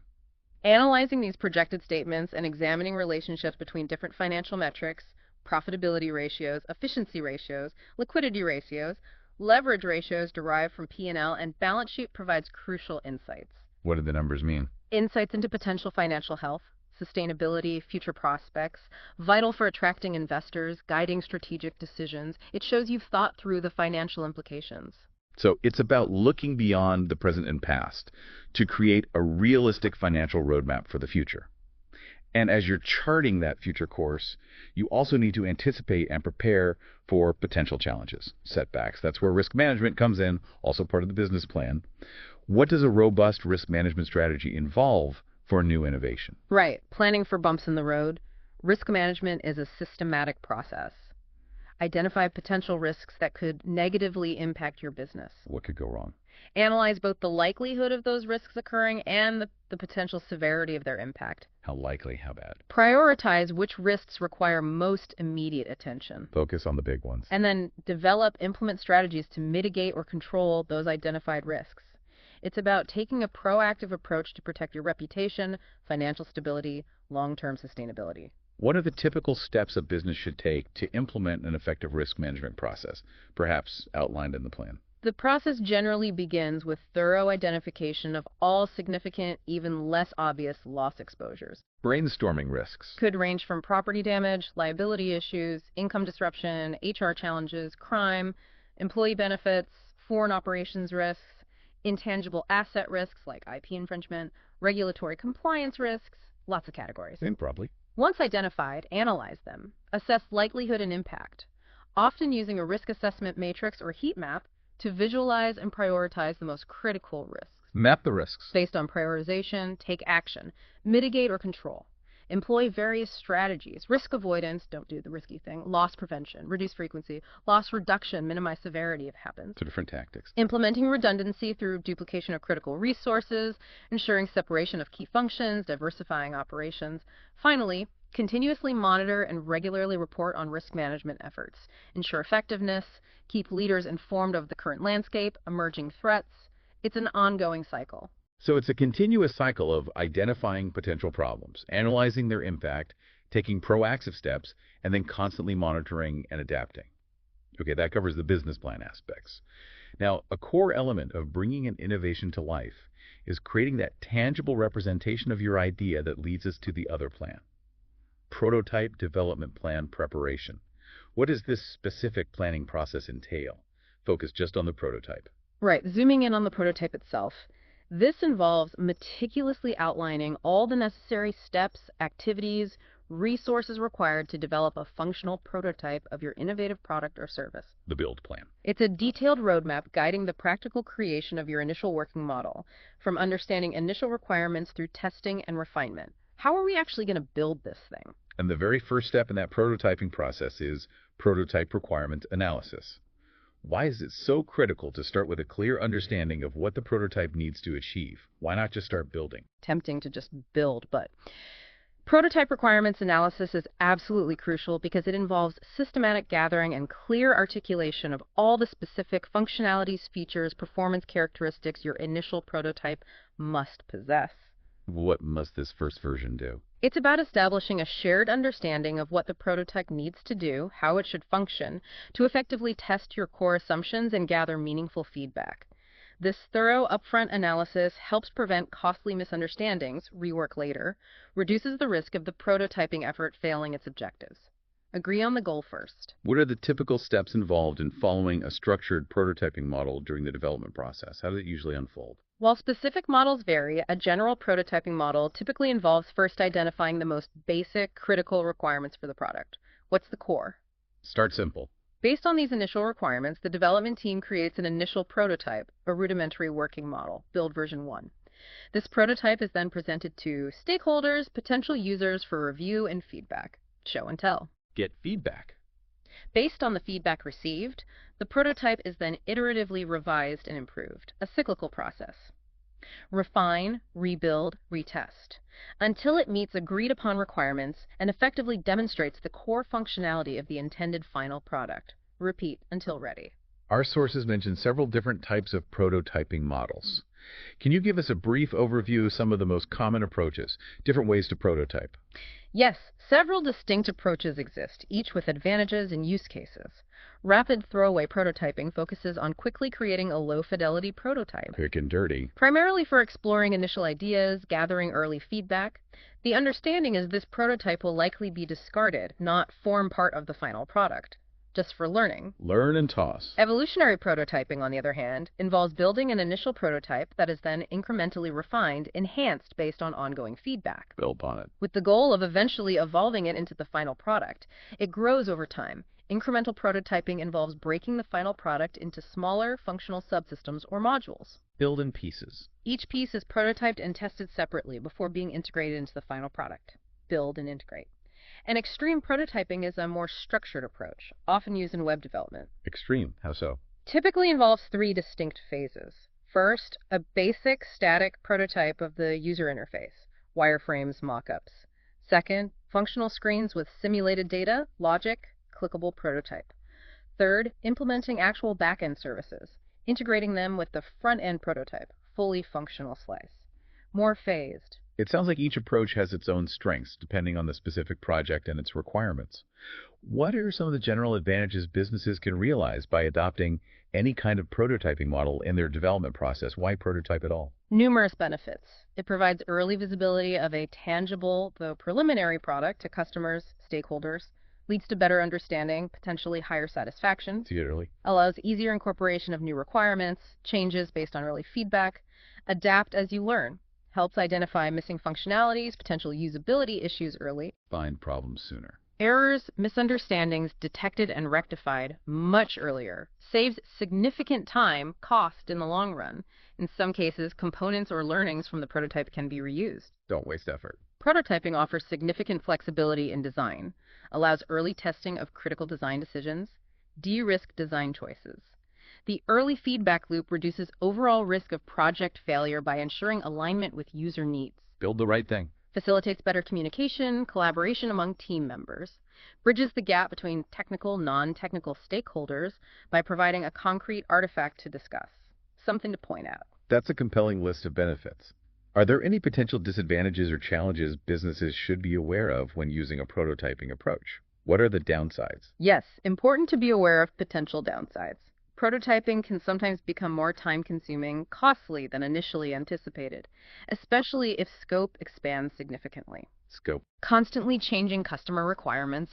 Feedback can lead to excessive variation, rework, chasing feedback endlessly, risk of poor documentation if focus is too heavily on rapid iteration. Forget to write things down. Documentation lags. Developers may find it challenging to accommodate all feedback, requested changes effectively. Can't please everyone. The number of iterations needed can be uncertain. How many cycles till it's right? Unpredictable timeline. Customers seeing early, incomplete prototypes might develop unrealistic expectations for final product delivery timeline.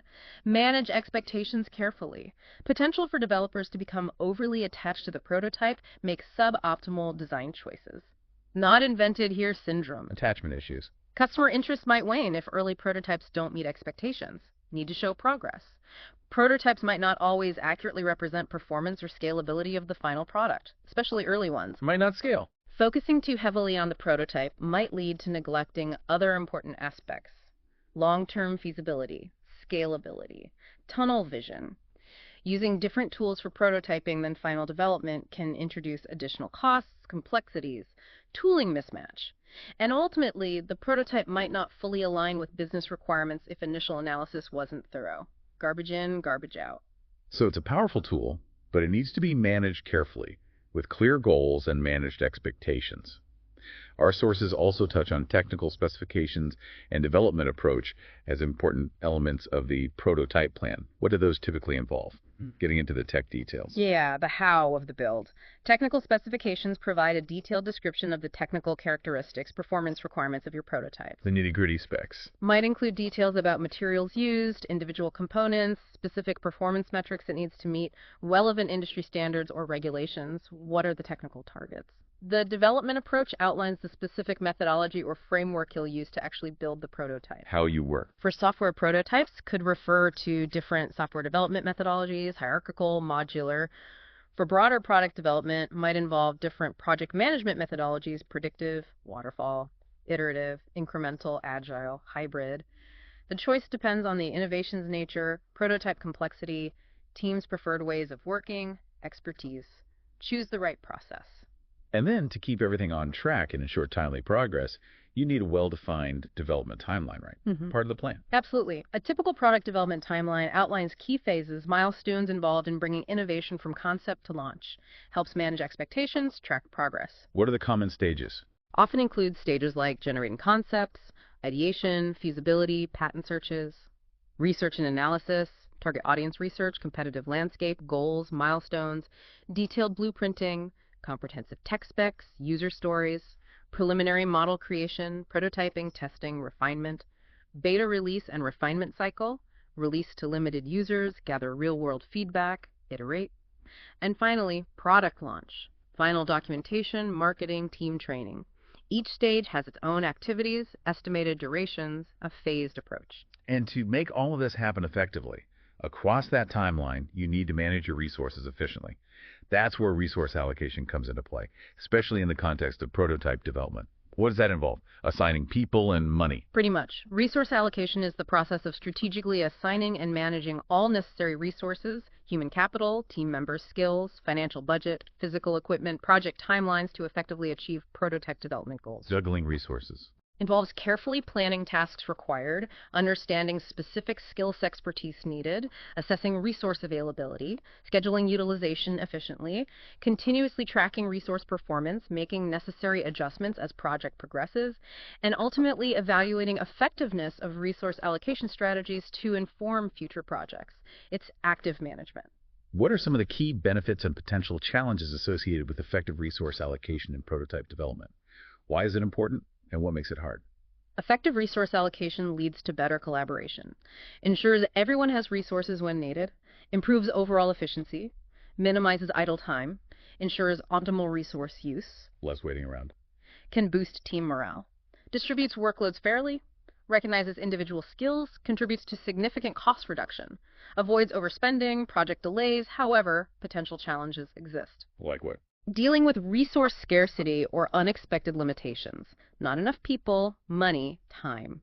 Addressing skill shortages within the team, don't have the right expertise. Preventing overallocation of resources. Individuals stretched too thin. Burnout risk. Spreading people too thin. Overcoming poor visibility into resource availability, project progress. Often due to lack of centralized tools. Managing miscommunication among teams or individuals. Outdated technology or equipment hindering progress.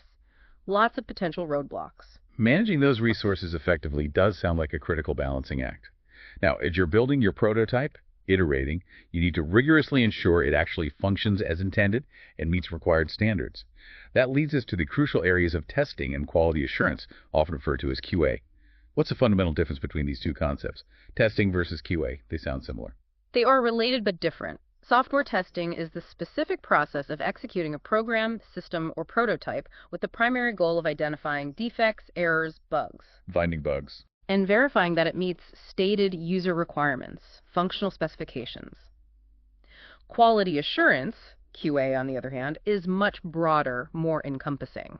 Focuses on the overall processes, standards, methodologies employed throughout the entire development lifecycle. The whole process, not just the end product. To ensure the final product consistently meets predefined quality standards, customer expectations. So testing is a specific activity focused on finding problems, more reactive. QA is a more holistic, proactive approach aimed at preventing defects, ensuring quality is built in from the start. So testing is more reactive, identifying problems that already exist, while QA is more proactive, aiming to prevent problems from occurring in the first place. What are some of the key characteristics that define software testing as a specific activity? Software testing is characterized by its primary purpose: defect identification. Bug hunting. Its scope typically focuses on functionality, specific features. Does it do what it's supposed to? Feature testing. Actively involves testers executing predefined test cases, scenarios.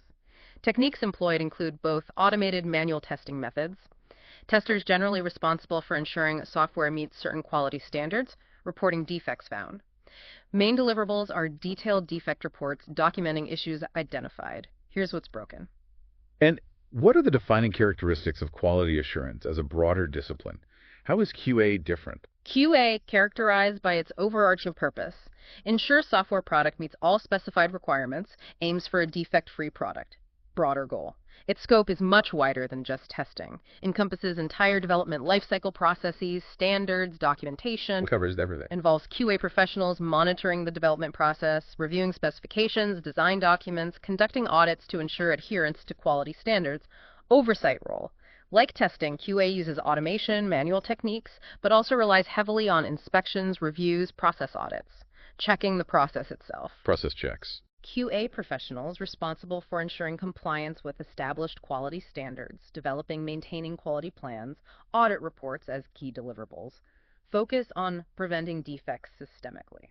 That provides a really clear distinction between the two, and our sources also go into detail comparing and contrasting them based on focus, product versus process, aim, detection versus prevention, timing, specific phases versus entire life cycle, approach, reactive versus proactive, responsibility, testers versus entire team, outcomes, impact on customer satisfaction, usability, productivity, cost, time, effort, documentation, cost effectiveness. It certainly reinforces the idea that both are essential complementary aspects of creating a high-quality, innovative product. You need both testing and QA. Absolutely. You can't really have quality without both working together effectively. Now, development, especially of innovative products, isn't always a straightforward linear process, is it? Our sources highlight the importance of iterative development and the feedback loop. What are these concepts, and why are they so crucial in bringing an innovation to life? Sounds like the opposite of waterfall. Exactly. Iterative development is a key principle in agile, other modern methodologies. The product or prototype is built and refined in small, repeated cycles or iterations.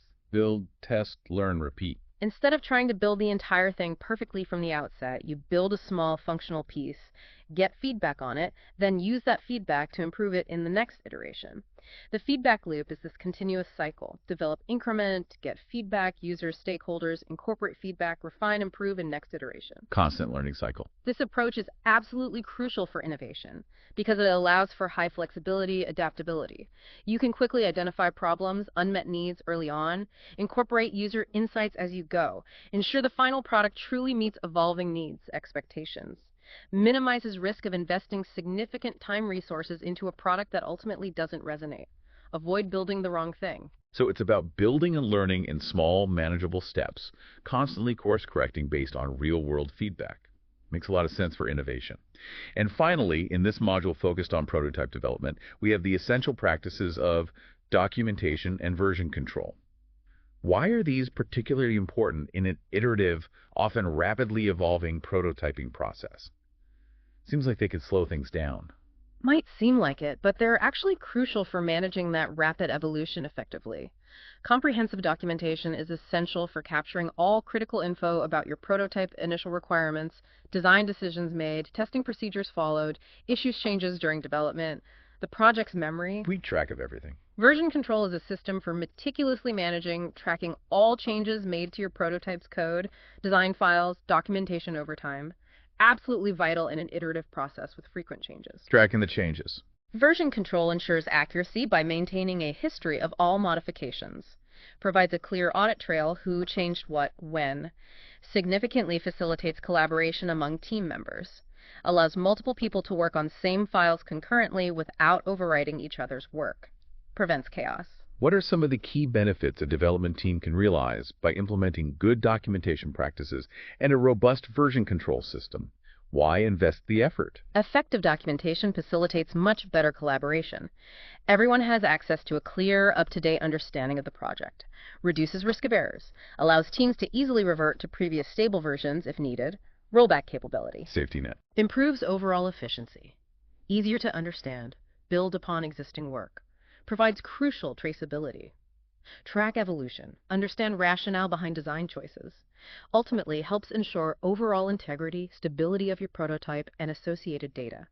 Our sources also offer practical tips for version control. Use clear, consistent versioning conventions and file names. Leverage automated versioning features and tools.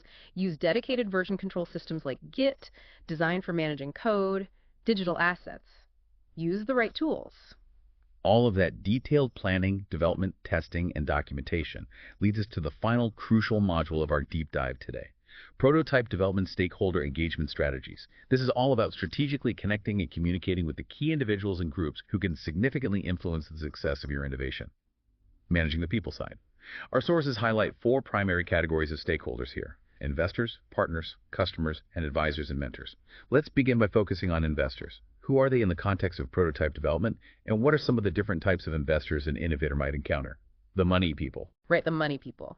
In this context, an investor is an individual or entity providing capital or resources to help develop, potentially commercialize your innovative idea, typically expecting a financial return. ROI is key for them.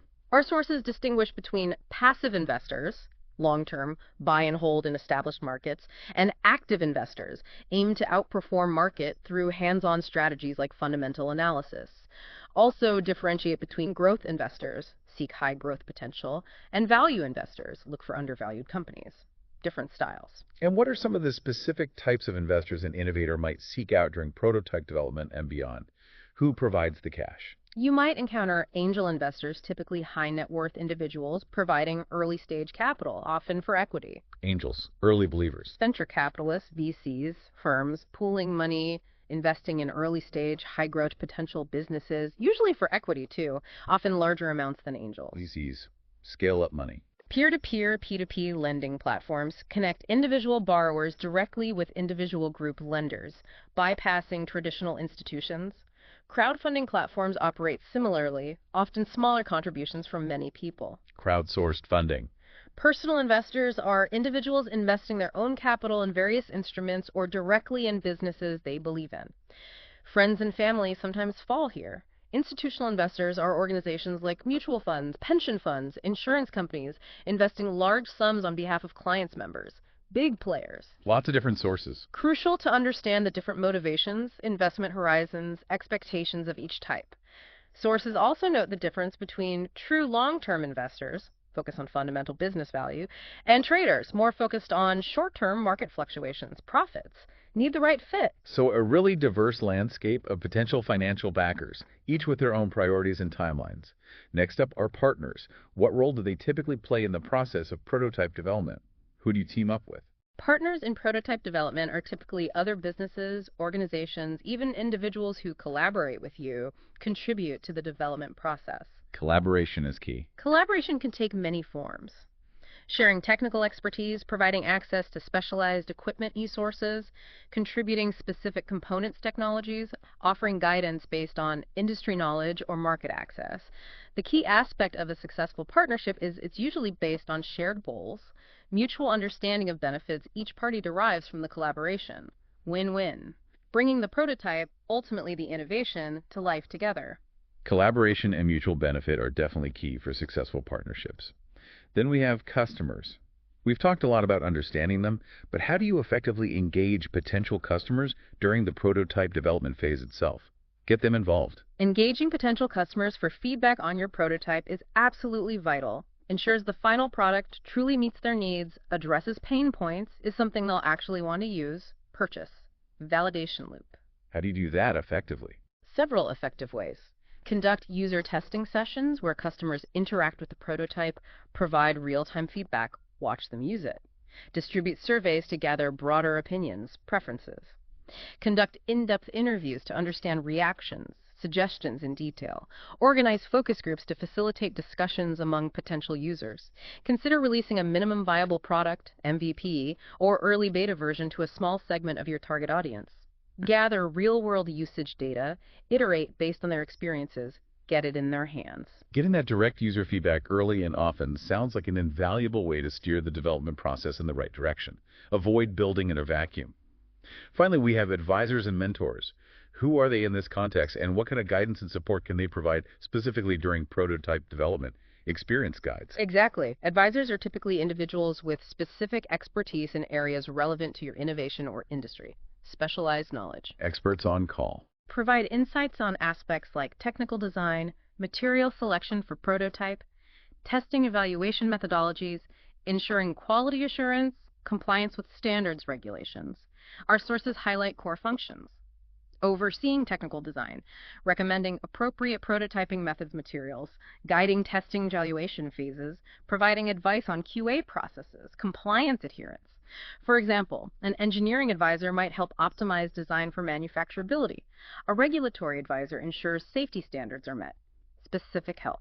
So advisors bring very specific, often technical expertise to the table. How do mentors differ in the kind of support they offer during prototype development? Is it just broader advice? Often broader, yes. A prototype mentor typically offers guidance, support based on their own experiences bringing innovative products to market. Act as a trusted guide through uncharted territory. Been there, done that advice. Our sources emphasize several key ways a mentor can be invaluable. Accelerate your learning curve by sharing lessons learned, successes and failures. Help you avoid common pitfalls new innovators often encounter. Provide crucial encouragement, validation to build confidence. Expand your professional network by introducing key contacts. Networking help too. Guide you through iterative refinement by offering objective feedback suggestions. Help strike the right balance between ambitious creativity, practical feasibility. Provide a steady, experienced perspective to navigate inherent uncertainties, challenges of prototyping. For instance, a mentor might share experiences with different prototyping methods, offer advice on managing team dynamics during tough phases, provide insights on effectively presenting your prototype to investors. Broader wisdom. It sounds like both advisors and mentors can play incredibly valuable but distinct roles in guiding innovators through this complex process of prototype development, specialized knowledge, and general wisdom. Absolutely. Having access to both specific subject matter expertise through advisors and broader experiential guidance from mentors can significantly increase an innovator's chances of successfully bringing their vision to life. It's about building your support network. Well, this deep dive has truly explored a vast and interconnected landscape, hasn't it? Taking us from that initial spark of an innovative idea all the way through the intricacies of prototype development and strategic engagement with key stakeholders. Indeed. We've delved into the foundational concepts ideation, innovation, underscored the critical importance of protecting your intellectual property. Can't stress that enough. Examined the power of building a robust team. Explored effective techniques for refining those early concepts. From brainstorming to canvases. Navigated the strategic considerations of business and prototype planning. Dissected the crucial steps in developing a working model. Testing, iterating. And finally, highlighted essential strategies for engaging with those vital stakeholders, investors, partners, customers, advisors, mentors, the whole ecosystem. It's a multifaceted journey, to say the very least. One that requires both, creative vision and meticulous planning. For you, our listener, we sincerely hope this comprehensive overview has provided some valuable clarity on the crucial steps, the key considerations involved in bringing your own innovative endeavors to fruition. Yeah, hopefully it demystified some of it. Take some time maybe to reflect on which of these aspects resonated most deeply with you. Consider how you might practically apply these insights to your own unique journey of innovation. And that brings us to our final thought-provoking question for today, something for you to chew on. All right, let's hear it. Considering the intricate interplay, that tension sometimes between diligently protecting your valuable intellectual property locking it down and actively seeking candid, crucial customer feedback on your evolving prototype. Opening it up. Where do you perceive the biggest potential, the sweet spot maybe, for truly accelerating the successful launch of a genuinely impactful and market-leading innovation? Protection versus feedback. Where's the accelerator? A truly fascinating question to contemplate. We encourage you to delve even deeper into any of these topics that have sparked your curiosity or that feel particularly relevant to your own innovative aspirations. Absolutely. There's always more to learn. Remember, this deep dive is just the starting point for a more profound, hopefully actionable understanding. Thank you for joining us on this exploration.